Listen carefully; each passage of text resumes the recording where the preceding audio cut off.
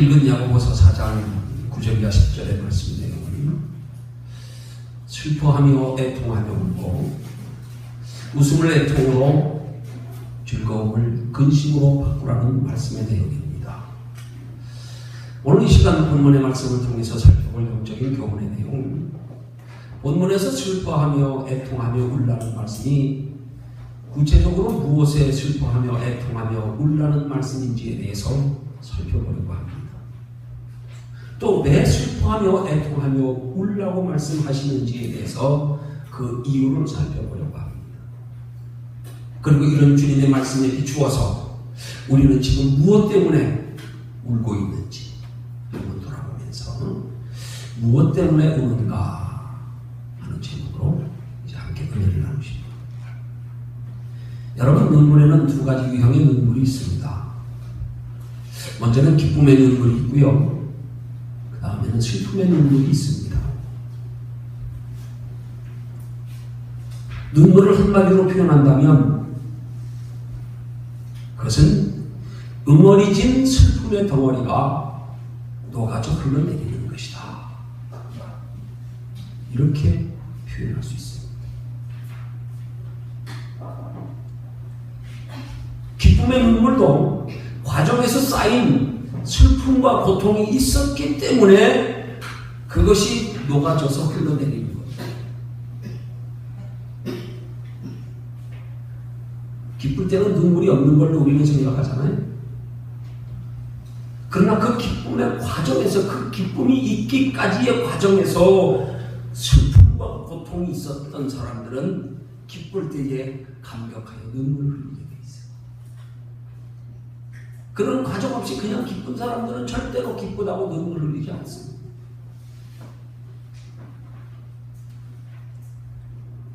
슬픔의 눈물이 터져 나오는 눈물이라면 기쁨의 눈물은 우리의 쌓인 슬픔과 고통을 털어버리는 눈물입니다.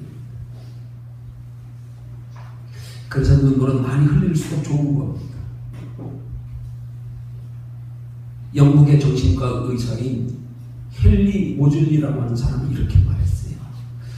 눈물은 신이 인간에게 선물한 치유의 물이다.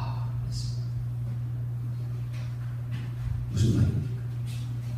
눈물을 흘릴 때에 그 눈물이 우리를 치유한다는 말이에요.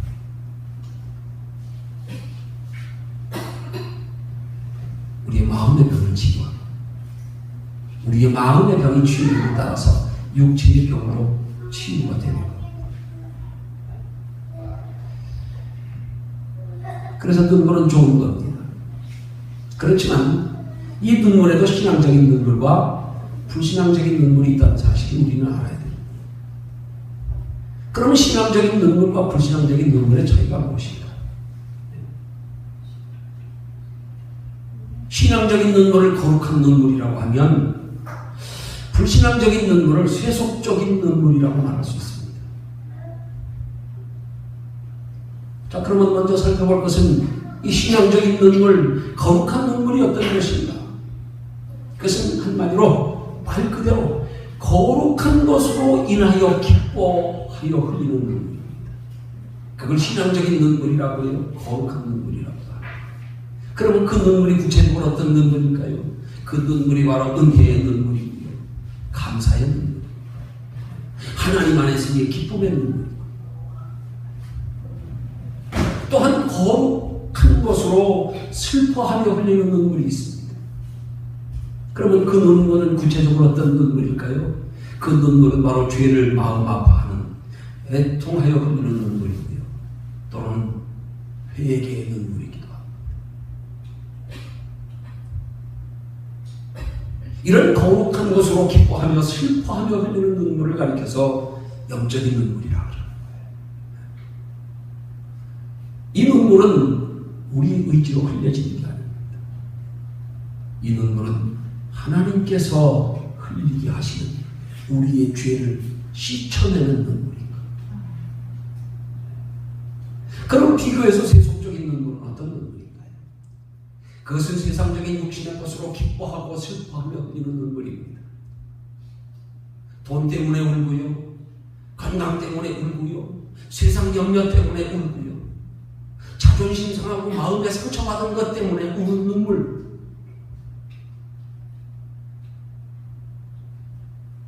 세상적인 것으로 매달 아둥바둥하며 살다가 그것이 이루어졌을 때 감격하여 흘리는 눈물. 이건 육신적인 눈물입니다. 이건 세속적인 눈물입니다. 이런 눈물은 하나님이 흘리게 하시는 눈물이 아니에요. 그건 내가 흘리는 눈물이에요. 내 육신적인 내 기쁨에 겨워서 내 감격에 겨워서 흘리는 눈물이에요. 물론 그런 눈물이라고 나쁜 눈물은 아니지만 그러나 그런 눈물에는 영적으로는 아무런 유익이 없다는 사실입니다. 거기에 하나님의 은혜는 없습니다.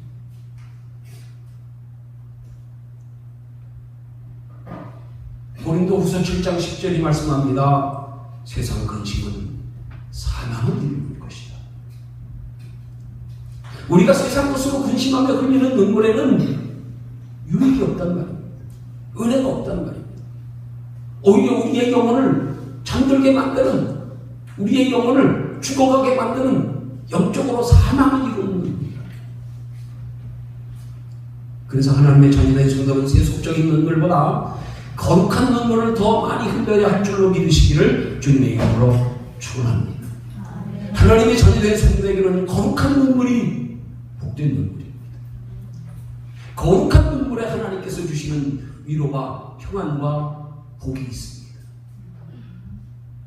여러분, 사람이 인생을 살면서 힘들고 괴롭고 고통스러운 이유가 뭘 줄 아십니까? 물질이 없어서요? 아닙니다. 건강하지 못해서요? 아닙니다. 주변에 나를 알아주는 사람이 없어서 외로워서요? 아닙니다. 평안이 없어서입니다. 우리 마음에 평안이 있으면 물질이 없어도 힘들지 않습니다. 괴롭지 않습니다. 고통스럽지 않습니다. 건강하지 못해도 힘들지 않습니다. 괴롭지 않습니다. 고통스럽지 않습니다. 왜요? 내 안에 평안이 있기 때문에. 그래서 이 평안이 대단히 귀한 겁니다. 복된 겁니다. 그런데 이 평안은 세상으로는 얻을 수 없다. 세상으로부터 얻는 평안은 세상에서 우리의 뭔가 바라고 수고하는 것들이 육신적인 조건이 충족되어질 때에 이런 평안을 느끼는 거지요. 그러나 그걸 정확히 표현하면 그건 평안이 아닙니다. 편안입니다. 평안은 세상 것이 없어도 내가 소원하는 것을 이루지 못해도 누릴 수 있는 것. 마음의 행복을 말하는 것. 이것은 오직 하나님 안에서만 얻을 수 있고 누릴 수 있는 것. 그래서 하나님의 자녀된 성도는 하나님이 주시는 은혜 가운데, 하나님이 주시는 복 가운데 가장 귀하고 복된 은혜가 바로 평안의 은혜인 줄로 믿으시기를 주님의 이름으로 축원합니다. 그러면 어느 때 하나님께서 우리에게 평안의 은혜를 주시는가? 바로 거룩한 눈물이 있을 때입니다.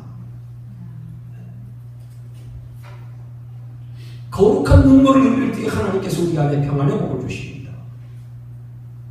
마태복음 5장 4절에서 풀복의 두 번째 교훈으로 예수님은 우리에게 이렇게 말씀합니다. 애통하는 자는 복이 있나니 천국이 저희 것입니다. 무엇에 애통하는 자가 복이 있다 말씀하고 무엇에 애통하는 자에게 천국이 저희 것이라고 말씀합니까?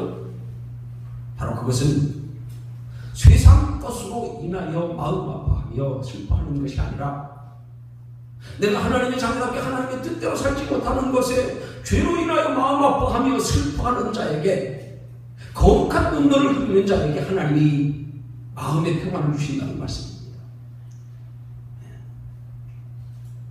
천국이 저희 것이라는 말씀은 이 땅에서 심령의 평안을 누리는 걸 말하는 것을 천국이 저희 것이라 그렇게 말씀합니다.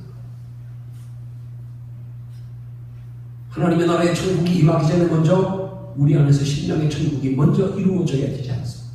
그 천국을 말하는 거예요. 오늘 저와 여러분들이 세상 것으로 울기보다 거룩한 것으로, 하나님을 사랑하여 하나님의 뜻대로 살기를 원하는 마음에, 간절한 마음에 거룩한 눈물을 흘리는 복된 분들 되시기를 주님의 이름으로 축원합니다.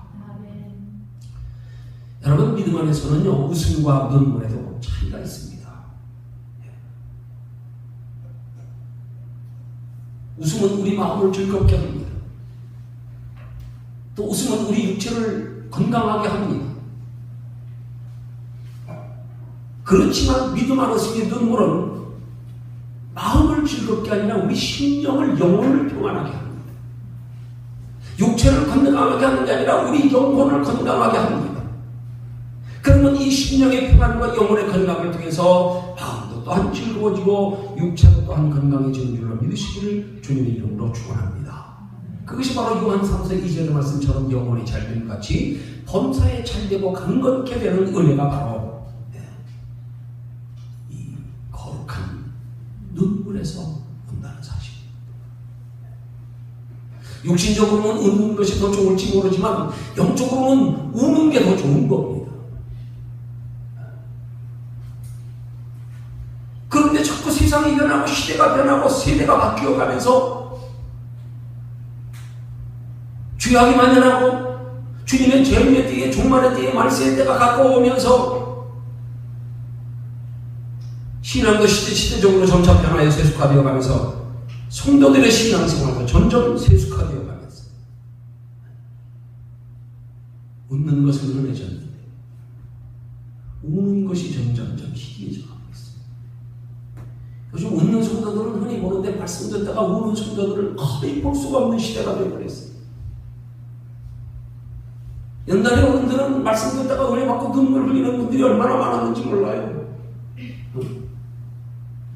옛날에 설교 들으면서 그렇게 웃을 일이 별로 없었어요. 왜? 그때는 목사님들이 순수하게 하나님의 말씀만 전하니까 뭐 말씀 전하면서 그렇게 웃을 만한 일들이 없었어요.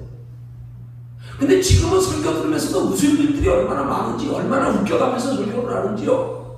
웃기는 자꾸 하는데 웃는 모습은 들으면서 흔히 보는데 이제 우는 모습은 정말 보기 희귀한 시대가 되어버렸어요. 그렇잖아요. 왜 그래요? 심령이 메말라서 그래요. 자꾸 세식과 되어가면서 설교도 자꾸 성도들을 웃기는 쪽으로, 즐거움을 주는 쪽으로만 설교하려고 하지요. 그들의 심령에 애통하는 마음이 있도록, 죄를 깨닫고 자각하여 마음 아파하는 마음이 있도록 울게 만드는 설교는 점점점 희귀해져 가고 있다. 또 그런 설교를 성도들이 좋아하지 않아요. 즐거워하지 않아요. 그래서 성도들이 눈물의 은혜를 받으려고 하지 않고 자꾸 웃는 것으로만 은혜 받으려고 해요. 웃으려면 은혜 받았대요. 그럼 여러분, 눈물의 은혜와 웃는 은혜가 어떻게 차이가 납니까? 여러분, 눈물의 은혜는요, 한마디로 죄를 지적하며 책망하는 설교. 그 설교를 들으면서 이 같은 은혜가 어찌하는가? 그 죄를 책망하는 설교 가운데 내 마치 죄가, 내가 깨닫지 못했던 죄가 마치 내 앞에 영적인 거울로 나의 더러운 모습을 보는 것처럼, 그래서 우리의 마음에 괴로워하며 슬퍼하며 애통해하는 것. 말씀을 통하여 우리의 죄를 깨닫게 하는 설교, 그래서 눈물을 흘리게 하는 설교, 이게 눈물의 은혜라. 그럼 웃는 은혜는 어떤 겁니까? 그냥 성도들에게 죄는 덮어두고 위로와 소망만 주는 설교, 그 웃는 은혜죠. 여러분, 우리가 성도들에게 웃는 은혜도 필요합니다. 그러나 그 웃는 은혜는 반드시 먼저 하나님의 말씀으로 우리의 죄를 지적받고 책망받고 깨달아서 우리의 죄가 먼저 애통하여 씻겨진 후에, 회개하여 씻겨진 후에 성령으로 임하는 하나님께서 주시는 위로와 소망의 웃는 은혜가 되어야 된다는 말입니다. 먼저 죄가 청산되고 나서요, 죄가 청산되어진 후에 오는 그 평안과 기쁨으로 웃는 은혜, 이게 돼야 되는데 그냥 죄는 덮고 죄는 지적하며 책망하지 않는 거예요. 무조건 웃기만 하는, 위로와 소망만 주면 그냥 좋은 설교고요. 그런 설교들만 좋아하고 있단 말입니다. 오늘 이 시대 성도들.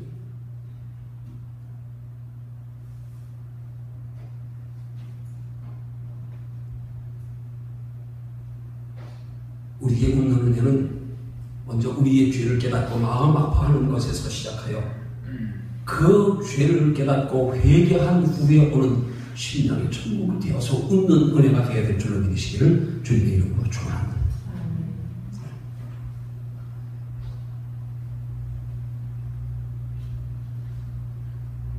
위로와 소망과 즐거움을 주는 설교가 잘못했다는 말이 아닙니다. 위로와 소망과 즐거움도 사람이 주는 게 아니라 하나님의 성령으로 친히 주시게 해야 되는 겁니다.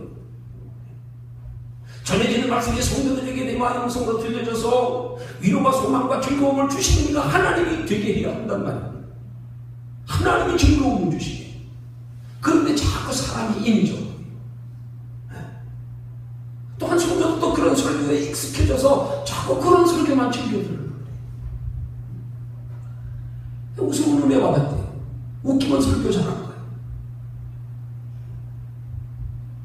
여러분, 사람이 웃기는 거하고 하나님이 웃게 하는 건 차원이 다른 거예요. 하나님이 웃게 하시는 설교가 되어야 하는 설교인 줄로 믿습니다. 아멘. 디모데후서 3장 16절에서 17절에 하나님께서 우리에게 말씀을 주시는 목적을 이렇게 설명합니다. 모든 성경은 하나님의 감동으로 기록된 것으로 교훈과 책망과 바르게 함과 의로 교육하기에 유익하니 이는 하나님의 사람으로 온전케 하며 모든 선한 일에 온전케 하려 함이니라. 하나님의 말씀이 우리에게 교훈을 주고 하나님의 말씀이 우리를 책망하고 하나님의 말씀이 우리를 바르게 하고 하나님의 말씀이 우리를 의로 교육하고 하나님의 말씀이 우리를 온전케 하고 하나님의 말씀이 우리로 모든 선한 일에 온전케 하게 하신다는 사실.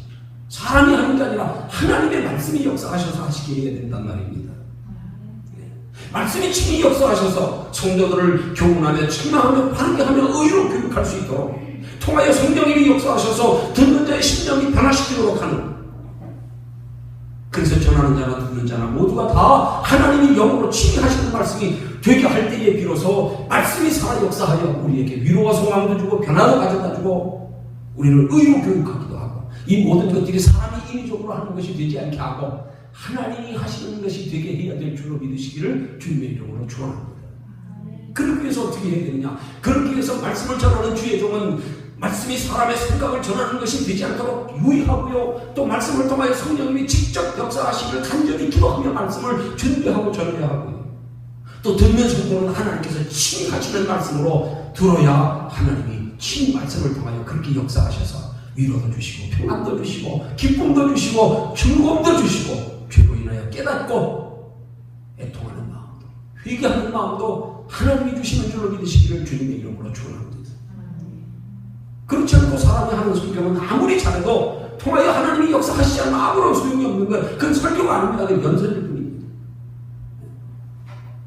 사람이 아무리 잘해봐야 그 사람이 잘하는 설교는 잠시 귀를 즐겁게 하고 마음을 즐겁게 할 수는 있지만 우리에게 변화는 가져다 주지 못합니다.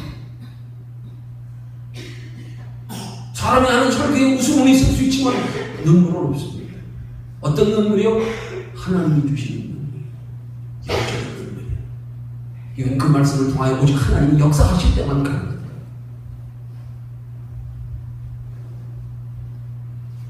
그래서 우리는 이 전해지는 말씀을 통해서 오직 하나님이 역사하셔야 하고 오직 하나님이 역사하시게 해야 되는 줄로 믿으시기를 주님의 이름으로 축원합니다. 그러기 위해서는 사람이 인위적으로 하나님의 말씀을 전하려고 하기보다 이 말씀을 통하여 오직 하나님이 주관하시고 역사하시기를 간절히 구하고 또 그렇게 간절히 사모하여 말씀을 듣는 자세가 될 때에 말씀을 통로 삼아 온전히 하나님이 역사하시는 은혜와 능력과 축복의 말씀이 될 줄로 믿으시기를 주님의 이름으로 축원합니다. 그러므로 이 시간 전해지는 말씀이 하나님의 말씀을 전하는 주의 종도 하나님을 의지하고 여러분도 사람의 말로 듣지 않고 하나님의 말씀으로 받아서 전해지는 말씀의 성령이 역사하여 레마의 음성으로 들리도록 하시기를 주님의 이름으로 축원합니다. 자, 그러면 그렇게 하나님의 은혜 안에 거하는 평안하고 복된 신앙생활 되기 위해서 우리는 무엇에 울어야 하며 하나님께서 무엇에 울라고 말씀하시는지 이제 본문 통하여 살펴봅니다. 첫 번째로 하나님은 우리에게 무엇에 울라고 말씀하는가? 오늘 본문에 보니까 하나님의 자녀답게 믿음으로 살지 못하는 것에 마음 아파하며 울라고 말씀합니다. 슬퍼하며 애통하며 울지어다. 이 말씀이 바로 성도가 하나님의 자녀답게 믿음으로 살지 못하는 것에 마음 아파하며 울라는 말씀입니다. 마태복음 5장 4절에서 애통하는 자는 복이 있다고 말씀하셨는데 여기에 애통한다는 말의 헬라어의 펜둔테스 하는 단어의 뜻은 심히 근심한다, 고통스러워한다, 슬퍼한다 그런 뜻이 있습니다. 그러면 하나님께서 애통하는 자에게 복이 있다고 말씀하셨는데 무엇 때문에 근심하며 고통하며 슬퍼할 때 복이 있다고 말씀합니까? 바로 우리가 하나님의 자녀답게 믿음으로 살지 못하는 것에 근심하며 고통스러워하며 슬퍼할 때 복이 있다는 말입니다. 뭐 세상 것으로는 뭐 잘 안 풀리고 내 소원이 이루어지지 않고서요, 건강하지 못해서요, 뭐 누구에게 상처받아서요, 그래서 근심하고 고통하며 슬퍼할 때 복이 있다는 말이 아닙니다. 하나님의 자녀답게 믿음으로 살지 못하는 것에 근심하며 고통스러워하며 슬퍼할 때 복이 있다는 말입니다. 그러면 그렇게 하나님의 자녀답게 믿음으로 살지 못하는 것에 우리가 근심하며 고통하며 슬퍼할 때에 하나님께서 우리에게 어떤 복을 주신다고 말씀합니까? 이어서 말씀해 보니까 저희가 위로를 받을 것이며 라고 말씀합니다. 여기 위로받는다는 말씀에 헬라어의 파라클레레손 하는 단어의 의미는 문자적 의미로는 자기 곁으로 부른다. 곧 이 말씀은 우리가 하나님의 자녀답게 믿음으로 살지 못하는 것에 근심하며 고통스러워하며 슬퍼할 때 하나님께서 하나님 곁으로 우리를 부르신다는 말씀입니다. 달리 표현하면 그럴 때 하나님이 우리 곁에서 우리와 함께 하시며 우리 속에 위로와 평안을 주신다는 말씀의 뜻일 겁니다. 우리가 하나님의 자녀답게 살지 못하는 것에 마음 아파하며 근심하며 고통할 때에 사람이 위로해 주는 게 아니라 하나님이 친히 우리를 위로해 주시는 복을 주신다는 말입니다. 그게 평안의 복입니다.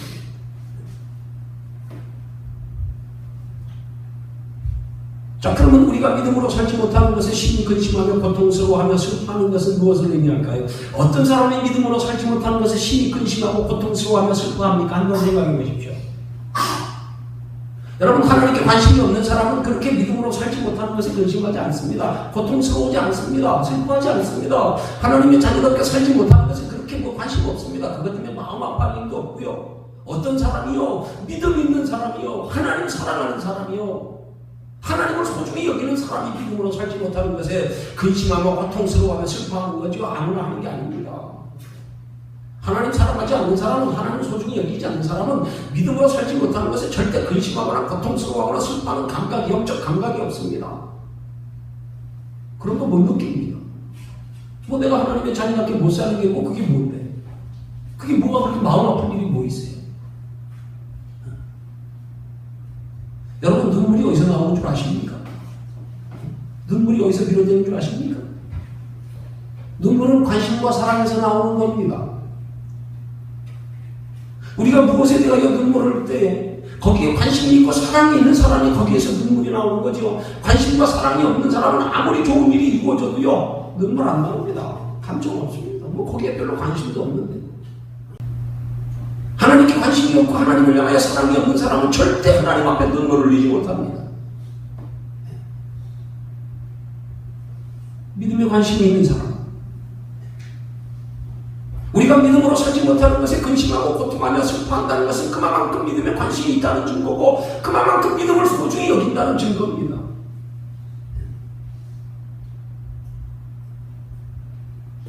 다시 말씀드리면 우리가 믿음으로 살지 못하는 것에 심히 근심하고 고통스러워하며 슬퍼한다고 하는 것은 그가 세상보다 하나님을 더 사랑하는 믿음의 증거입니다. 세상 것보다 영원한 것을 더 소중히 여기는 사람임의 증거입니다. 그런 사람들이 믿음으로 살지 못하는 것에 안타까워하는 거예요. 관심 없는 사람이 안타까워하겠습니까? 은혜도 사모하는 사람이 맞지요. 사모하지 않고 관심 없으면 아무리 은혜스러운 말씀을 해도 내게는 아무런 변화가 없고 역사가 없고 은혜가 될 수가 없는 거예요.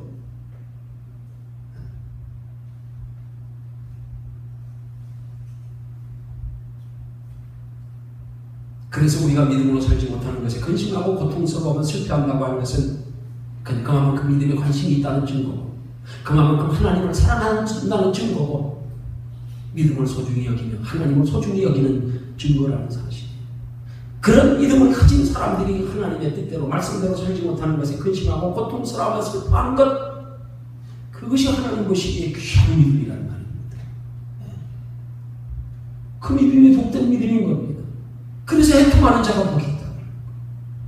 하나님의 자녀답게 살지 못하는 것에 마음 아파하는 자에게 복이 있다. 저는 복이 줄 것입니다.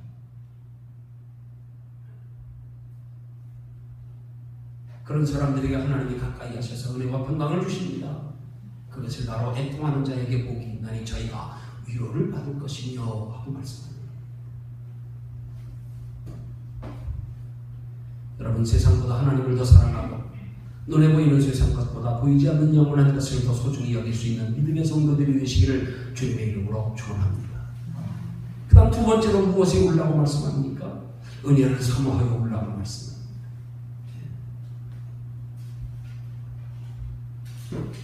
오늘 본문에 뭐라 그랬어요? 너희 웃음을 애통으로 너희 즐거움을 근심으로 바꿀지어다. 이 말씀을 쉽게 말씀드리면 하나님의 은혜를 사모하여 올라는 말씀입니다. 하나님의 자녀답게 믿음으로 하나님의 뜻대로 살기를 원하는 간절한 마음이 있으라는 것입니다. 여러분, 믿음으로 하나님의 뜻대로 살기를 간절히 원하는 성도가 은혜를 사모합니다. 그런 성도들이 은혜를 사모하되 눈물을 흘리기까지 사모하는 겁니다. 그렇게 믿음으로 하나님의 뜻대로 살기를 간절히 원하는 자들을 가리켜서 주님께서 마태복음 5장 33절에 하시는 말씀이 심령이 가난한 자라고 말씀합니다. 심령이 가난한 자에게 복이 있다고 말씀하시고 천국이 저희 것이라고 말씀하십니다. 여러분, 중요한 것은 이 말씀이 바로 마태복음 5장이나 7장까지의 산상수훈의 말씀 중에서 주께서 가장 첫 번째로 하신 말씀이라는 사실. 심령이 가난한 자라고. 하나님의 뜻대로 살기를 간절히 원하는 자. 그가 복이 있다. 여러분, 성도에게 믿음이 뭡니까? 우린 자꾸 어떤 행위에서 믿음을 찾으려고 하는데 정말로 하나님 보시기에 귀한 믿음은 주의 은혜를 간절히 사모하는 마음. 이게 진짜 귀한 믿음입니다. 주의 은혜를 간절히 사모하는 그 마음이 하나님께서 우리에게 요구하시는 믿음이고 하나님께서 귀하게 여기시는 믿음입니다. 여러분, 성도가 하나님의 자녀들께 믿음으로 살지 못하는 가장 중요한 요인이 뭐냐? 능력이 없어서가 아닙니다. 지혜가 없어서가 아닙니다. 시간이 없어서가 아닙니다. 물질이 없어서가 아닙니다. 마음이 없어서입니다. 마음만 있어 보십시오. 우린 그것 없어도 하나님의 자녀답게 살 수 있습니다. 마음만 있으면 하나님께서 하나님의 자녀답게 살아갈 수 있도록 능력도 하나님이 주시고 지혜도 하나님이 주시고 건강도 하나님이 주시고 물질도 하나님이 주실 줄로 믿으시기를 주님의 이름으로 축원합니다. 여러분, 성도가요 간절한 마음 없이도 인간의 성품과 의지와 노력으로도 얼마든지 하나님의 뜻대로 살 수 있습니다. 그러나 중요한 것은 그것은 하나님이 기뻐하시는 믿음의 행위가 아니라는 사실입니다. 그건 하나님의 의가 아닌 자기의 의입니다. 이스라엘 백성들이 그렇게 살고 있잖아요. 서기관과 바리새인들이 예수님 당시에 그렇게 살았지 않습니까? 자기 의지로 의를 이루었습니다. 여러분, 행위로는 지금도 율법에 준하여 신앙생활하고 있는 이스라엘 백성들 우리 발바닥 못 따라갑니다. 행위로는 얼마나 철저하게 하나님 섬기는지 모릅니다. 그런데 그들은 마음이 하나님을 사랑하는 것에서 떠나 있다. 하나님은 행위보다가 마음의 중심을 더 귀하게 보십니다. 그래서 하나님은 사람을 외모로 보지 아니하고 그 심령의 중심을 보신다고 말씀하십니다. 그 심령의 중심을 감찰하신다고 말씀합니다. 여러분, 바리새인 서기관들이 행위가 없어서 책망받은 게 아닙니다. 행위는 누구보다 거룩하지만 그들 속에 하나님을 사랑하는 마음, 은혜를 사랑하는 마음이 없으니 겸손한 마음이 없으니까 하나님 책망하십니다. 간절한 마음이 믿음입니다. 그래서 심령이 가난한 자가 복이 있다고 말씀합니다. 간절한 마음이 있으면 하나님의 자녀답게 살 수 있도록 하나님께서 인도해 주실 줄로 믿으시기를 주님의 이름으로 축원합니다. 그래서 우리의 믿음의 능력과 지혜와 평안의 시작은 바로 내 마음에서부터 합니다. 마음으로 하나님의 은혜를 사모할 때, 말씀대로 하나님의 뜻대로 살고 싶으니까 마음이 간절할 때 거기에 하나님이 은혜를 주시고 능력을 주시고 지혜를 주시고 평안을 주시는 줄로 믿으시기를 주님의 이름으로 축원합니다. 간절한 마음 없이 하는 의는 외식입니다. 자기 의입니다.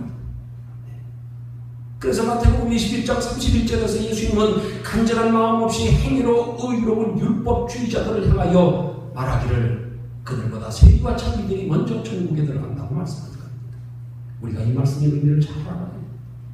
하나님은 우리의 행위보다 우리 마음의 중심을 더 귀하게 보시고 우리의 마음으로 하나님을 사랑하는 마음이 있고 우리의 마음으로 하나님의 은혜를 사모하는 마음이 있고 우리의 마음으로 하나님의 뜻대로 살기를 원하는 간절한 마음이 있을 때에 하나님이 그걸 귀한 믿음으로 여기신다는 거예요. 그 마음 안에서 하나님의 말씀대로 하나님의 뜻대로 행하는 믿음의 능력과 지혜가 은혜가 하나님이 공급하셔서 그렇게 나타나는 행위가 하나님 보시기 진짜 인정받을 수 있는 의로운 믿음의 행위인 줄로 믿으시기를 주님의 이름으로 축원합니다. 그 마음 없이 내가 하는 의로운 행위 가지고 여러분 착각하지 마십시오. 하나님 기뻐하지 않습니다. 인정하지 않습니다. 오늘 얼마나 많은 사람들이 자기 의를 가지고 신앙으로 착각하며 남들과 비교하여 교만하고 판단할 때가 얼마나 많은지 모릅니다. 아니, 하나님 그 마음의 중심인 것이에요.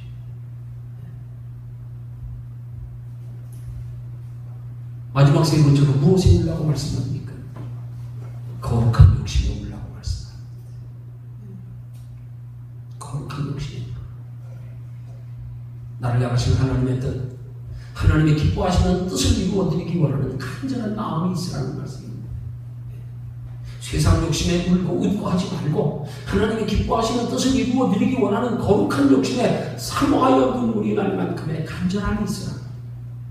그런 믿음의 사람들을 하나님께서 귀하게 여기십니다. 역대하 16장 9절에서 말씀합니다. 여호와의 눈을 온 땅을 두루 감찰하사 전심으로 자기를 향하는 자를 위하여 능력을 베푸시나니 전심으로 자기를 향하는 자들에게 베푸시는 능력이 무엇일까요? 그것이 바로 하나님의 기뻐하시는 뜻을 이루어드리는 데 필요한 모든 것들입니다. 내가 하나님의 기뻐하시는 뜻을 이루어드리기 원하는 그런 거룩한 욕심이 있을 때에 하나님 그 거룩한 욕심을 이루는 데 필요한 지혜와 건강과 물질이 다 하나님께로부터 오는 줄로 믿으시기를 주님의 이름으로 축원합니다. 하나님의 기뻐하시는 뜻을 이루어드리기 원하는 거룩한 욕심에 사모하여 눈물이 날 만큼의 간절함이 있는 분들이 되면 그것이 곧 하나님을 사랑하는 것이고 그것이 곧 하나님의 은혜를 사모하는 것이고 거기에 하나님의 은혜와 축복과 능력이 있다는 사실 깨달으시기를 주님의 이름으로 축원합니다. 내 힘으로는 그렇게 될 수 없어도 하나님이 은혜 주시면 그렇게 될 수 있는 거예요. 내 속에 그 하나님을 향한 간절함이 하나님께로부터 은혜와 능력을 얻는 그런 영육 간의 축복의 원천입니다. 오늘 본문 10절에 보니까 그렇게 하나님의 자녀답게 믿음으로 살지 못하는 것에 마음 아파하여 울고 또 은혜를 사모하여 울고 거룩한 욕심에 우는 것을 가리켜 주 앞에서 낮추는 것이라고 말씀합니다. 그렇게 우는 것으로 주 앞에서 낮추는 자들을 향하여 본문 마지막 10절 하반절에 말씀하기를 그리하면 주께서 너희를 높이시리라 말씀합니다. 그렇게 우는 것이 믿음으로 살지 못하는 것에 마음 아파하여 울고 은혜를 사모하여 울고 거룩한 욕심에 우는 것이 그것이 하나님의 은혜를 간절히 사모하는 것이 하나님 보시기 귀한 믿음 복받을 믿음이라는 사실. 세상 욕심의 큰 자가 되기보다 거룩한 욕심의 큰 자가 되십시오. 세상 욕심 커봐야 아무 소용없습니다. 세상 욕심은 이루어봤자 잠깐의 기쁨일 뿐입니다. 이루고 나면 허망한 거예요. 나폴레옹이 전쟁에 승리하고 돌아와서 국민들이 나폴레옹을 향하여 큰 영웅 대접하며 그냥 환호성 올릴 때요 나폴레옹이 한 말이 뭔 줄 아십니까? 그가 생명 걸고 전쟁에 나와서 싸워서 이기고 돌아온 것이 국민들의 그 환성 하나로 끝난 것이 너무 허망해서 한 말입니다. 내가 생명 걸고 나가 전쟁에 이기고 돌아온 대가가 이 국민들의 함성 이것뿐이냐? 그것은 마치 세상 부귀 영화를 다 누려본 솔로몬의 고백과도 같은데 그런 세상 부귀 영화를 다 누린 후에 전도서 1장 2절을 통하여 말씀하기를 헛되고 헛되며 헛되고 헛되니 모든 것이 헛되다. 다 누려보았지만 세상 것 별것 아니구나 이 말입니다. 잠깐 지나보니면 끝나는 것들이더라고요. 여러분 성도는 세상 욕심으로 사는 것이 성도가 아닙니다. 물과 성령으로 거듭난 성도는 삶의 목적과 목표가 바뀌고 욕심이 바뀐 사람들입니다. 삶의 목적과 목표가 이 땅에서 잠시 잘 먹고 잘 사는 것으로 행복한 게 아니라 영원한 하나님의 나라에서 영원히 행복한 것으로 바뀐 사람이 물과 성령으로 거듭난 사람입니다. 눈에 보이는 것으로 만족과 평안을 구하는 것이 아니라 심령의 만족과 평안을 구하는 사람이 진짜 물과 성령으로 거듭난 사람입니다. 세상 욕심이 거룩한 욕심으로 바뀌어진 사람이 물과 성령으로 거듭난 사람입니다. 그렇게 바뀌어 주시기를 주님의 이름으로 축원합니다. 그렇게 바뀌어지기 위해서 주님의 마음 아파하며 울고 의뢰를 사모하며 울고 거룩한 욕심에 우는 분들이 되십시오. 그렇게 울다가 하나님 만나고 그렇게 울다가 하나님 안에서 위로받고 평안 얻고 은혜 받고 능력 받아서 하나님께 영광 돌리며 하나님을 기쁘시게 하는 거룩한 삶, 하나님께 영광 돌리는 삶에 부족함이 없는 저와 여러분들이 되시기를 주님의 이름으로 축원합니다.